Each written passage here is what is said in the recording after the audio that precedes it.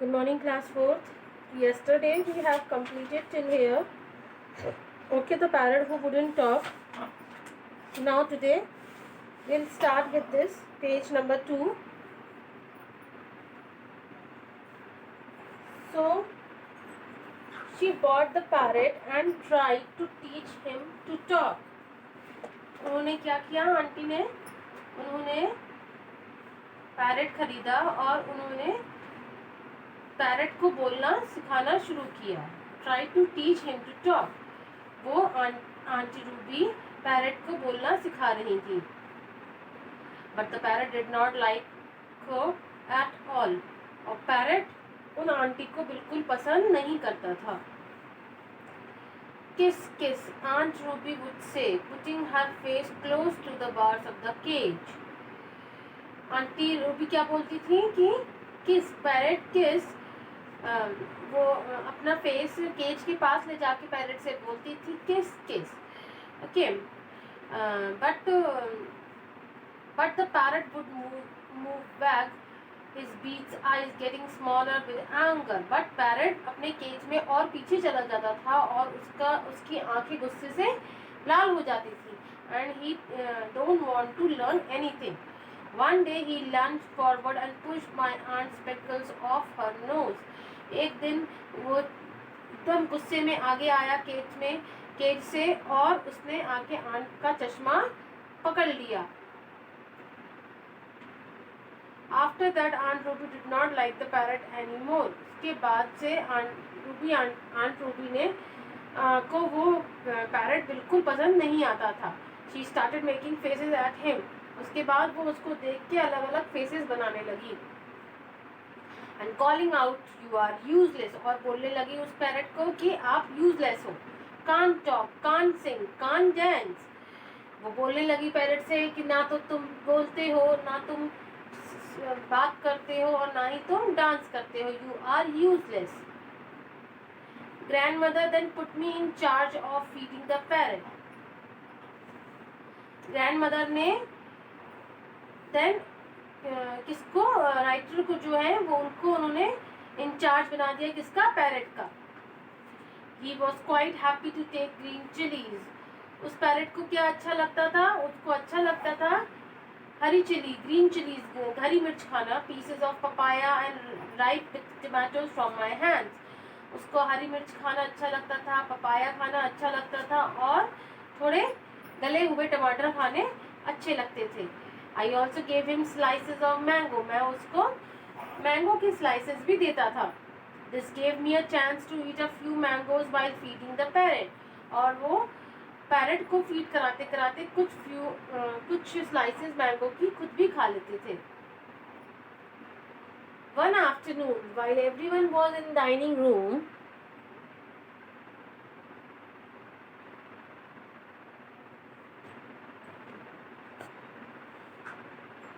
I gave the parrot his lunch. एक दोपहर क्या हुआ, जब सब लोग डाइनिंग रूम में थे तो राइटर ने पैरेट को लंच दिया खाने के लिए. By mistake I left the cage door open. और वो धोखे से केज का वो जो केज है वो बंद करना भूल गए. Second later the bird flew away to sit on the mango tree. और तुरंत ही जैसे ही वो गेट ओपन रह गया वैसे ही पैरेट उससे निकला और बाहर फ्लू करके, बाहर पंख उड़ा के मैंगो ट्री के बाहर जाके बैठ गया. At the same time grandfather came to the veranda. और उसी टाइम पे ग्रैंडफादर कहाँ आए? वरांडा में आए. And said, I see your aunt's parrot has escaped. मैंने देखा कि आपका जो पैरेट है वो उड़ चुका है. एस्केप मतलब चला गया, एस्केप बाहर भाग गया.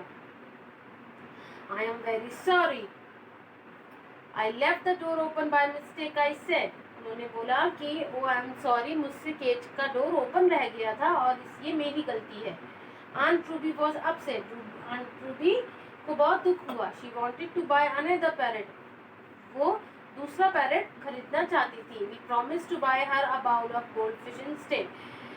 फिर हमने बोला कि नहीं, हम पैरेट नहीं, हम गोल्ड फिश बाउल में लाके उनको देंगे।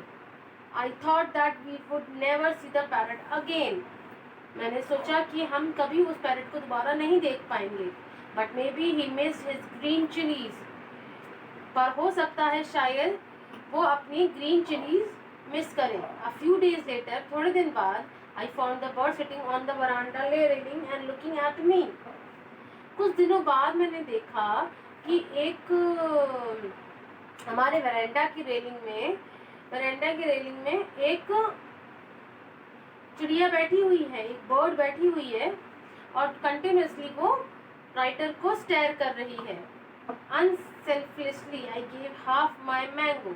और उन राइटर ने अपना मैंगो उनको दे दिया, आधा मैंगो उसको दे दिया। Just then aunt Ruby came outside and cried out, look it's my parrot. और तभी आंट रूबी अंदर से आई और बोली, देखो ये मेरा पैरेट है। He must have missed me. उसने शायद मुझे बहुत मिस किया। Betty, small, round, bright, watching everything closely. Betty of eyes मतलब जब छोटी छोटी आँखें, छोटी स्मॉल गोल आँखें जो किसी चीज़ को बहुत पास से देख रही हो। Lunged, move forward suddenly to catch or attack something.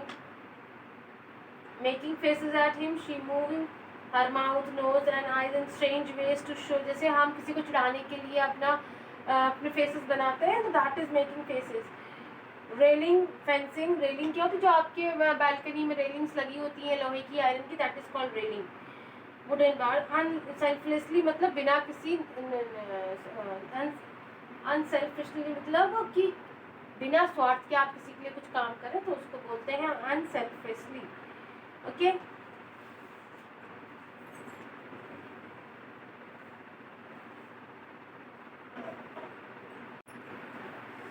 Okay class, now today is page number 3. Quickly the parrot flew to the nearest rose bush.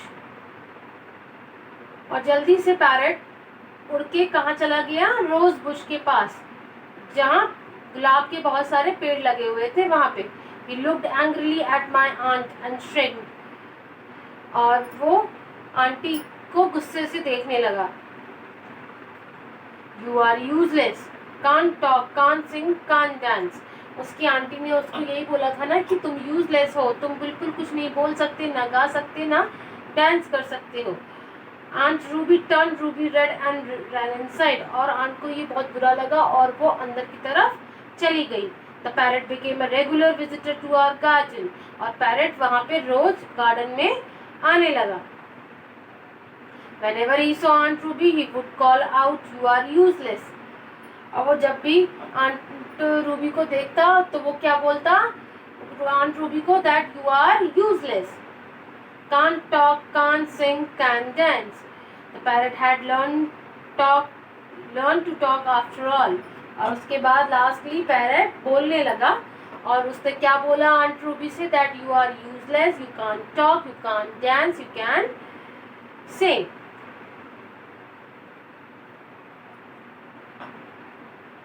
These word meanings you have to write it in your notebook class.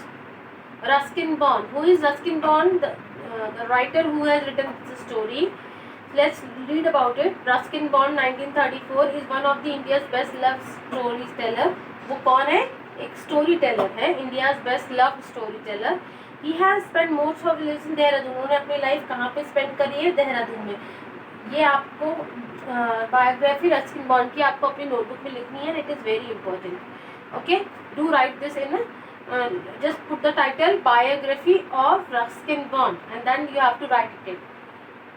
Ruskin bond कब पैदा हुए? 1934 में पैदा हुए and he is one of the India's best love story tellers. उन्होंने अपनी सारी life कहाँ स्पेंड करी है? देहरादून में। And love writing about forest. और वो किसके बारे में लिखते थे? फॉरेस्ट के बारे में, हिल स्टेशंस के बारे में and people of his regions. और वो जो लोग वहाँ रहते थे उनके बारे में। Many of his stories are autobiographical. वो ज़्यादातर लोगों की ज़िंदगियों के बारे में लिखना पसंद करते थे।